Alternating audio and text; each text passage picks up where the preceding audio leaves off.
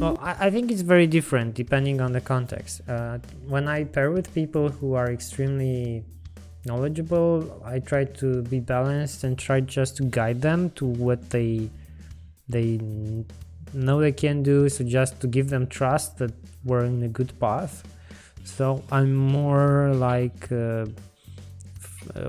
this book called Training from the Back of the Room. So I'm more like guidance. I'm not saying too much. I'm just trying to point out things, or maybe trying to clarify things, or spot missed things that my pair didn't see. So I'm not trying to be that intrusive. When I'm doing stuff that's a bit more difficult, I try to take the lead and show how to do things. If I see that the other person is struggling, I do more, and then I go back.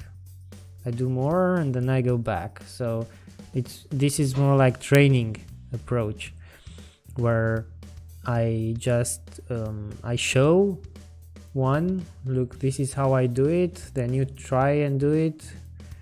I'm guiding you, but I'm not doing it.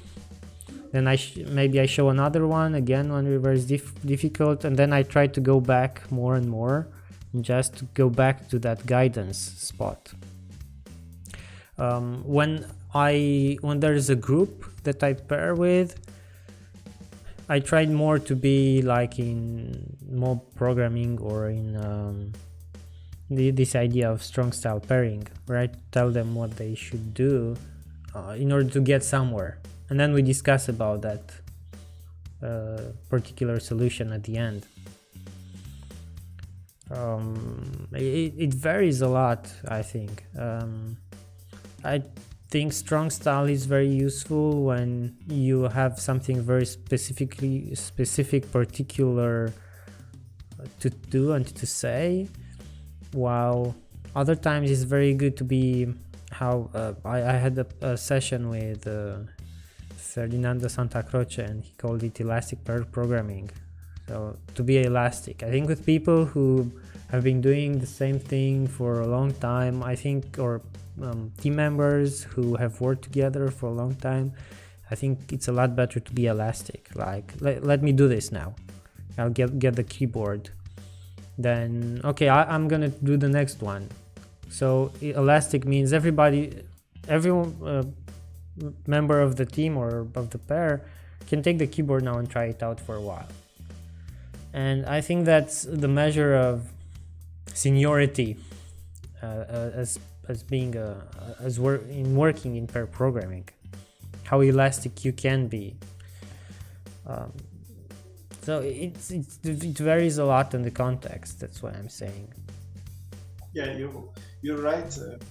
Also, let me be frank with you. I've done some few missions that I was coaching, good practice and all the stuff. I agree with you in something that I think it depends on the context. That's we agree about. But also, if I'm trying to teach somebody, usually, like you said, I only took the keyboard only to show people like in 5 minutes, 10 minutes, and then after that I'm trying to drive them and make them use the keyboard. Mm-hmm. But when I go to a mandate, like a mandate of 1 month of refactoring code and everything, what I do usually is the first session, like the first day, the first 2 days, I took somebody that we call a dungeon master, the one that knows the legacy well. And then I will try to let him tell me how he works every day. So I try to do his work, but in the same time, I'm only not thinking. I'm only taking all what he do usually. And then from there, I can give him feedback after 1 day or 2 days. I'm always taking like 1 or 2 days of observation in a team or on somebody, so I can get him the best feedback that I can give him. So, because usually when you are outside and you look only to the code, you don't know the context. You don't know how that person is working, and the thing is also is making their work better. So maybe they have different way of doing things. Yeah. Like in crafting software, there is no one solution. There are always multiple solutions, and also there are different way of seeing things. So usually I show them the tools that they can use. TDD is one tool, TCR is one tool, and from there I can see what they're gonna react to that tool. And that's really interesting, because sometimes you're gonna get really a good surprise, because you're gonna learn something from them when you teach them that stuff. Exactly. Yeah. So I think you need to be very open with these things, and don't come as a savior who knows everything, as God on earth that now came and you touch things and everything will work fine.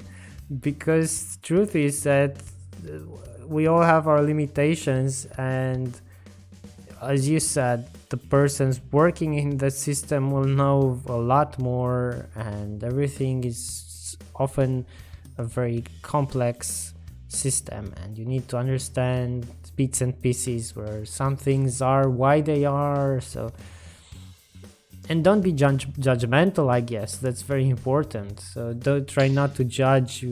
Why is this crap here? It's remind me of something.